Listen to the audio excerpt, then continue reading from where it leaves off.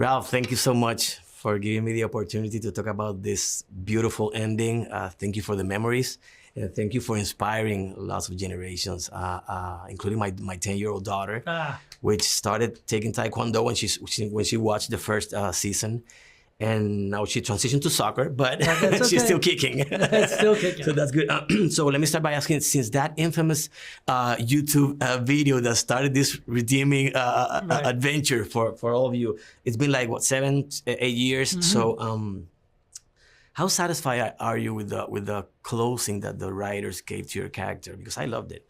I think it's great. I'm very, very happy with landing Daniel LaRusso at a place at the end of Cobra Kai, where I would have believed that the Daniel LaRusso we met in 1984 under the tutelage of Mr. Miyagi, you would think that's the person he would be. He had a lot of ups and downs and bumps and bruises and slips and falls through the journey of Cobra Kai, the karate soap opera that it is.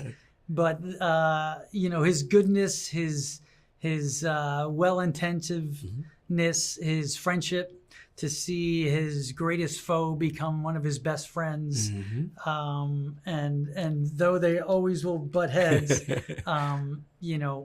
it's landed in a way of this kind of the cinematic hero, but the every guy next door. He never was a superhero. He was always represented a piece of you or your son or my son or daughter.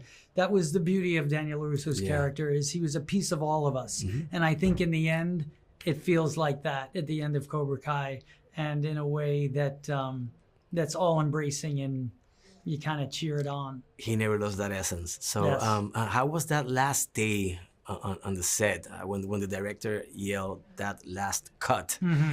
What were going through your mind? How were the emotions and the energy in the set that day?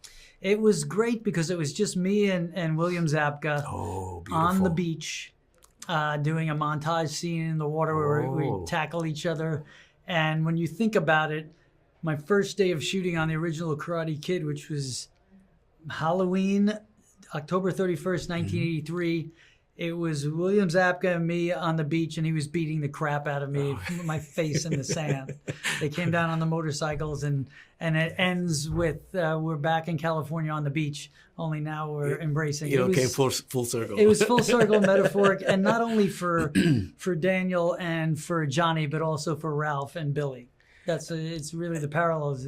That's insane. That's awesome. So without revealing any spoilers, tell me about what was your reaction when you saw the final cut, when you watched the final cut of that important episode that has the biggest and the most important cameo of the whole series. You know what I'm talking about, because I got pretty emotional. In the dream sequence? Yes. Yeah.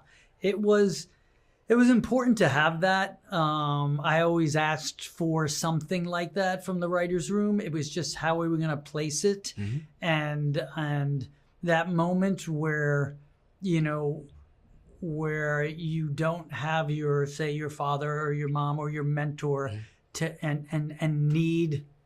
you need that piece of advice. You need to, you yearn for the answer because you feel lost.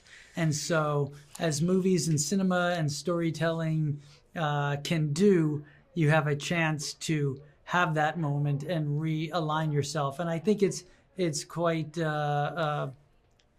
important to have. It was beautiful to play it, and so I'm excited to see what fans think of that. So I'm waiting. In my house, everyone loved it, especially my daughter. So thank you again for the memories. My time is up, and looking forward to still watch the Karate Kid Legends movie. You got it. Me too, man. Thank you.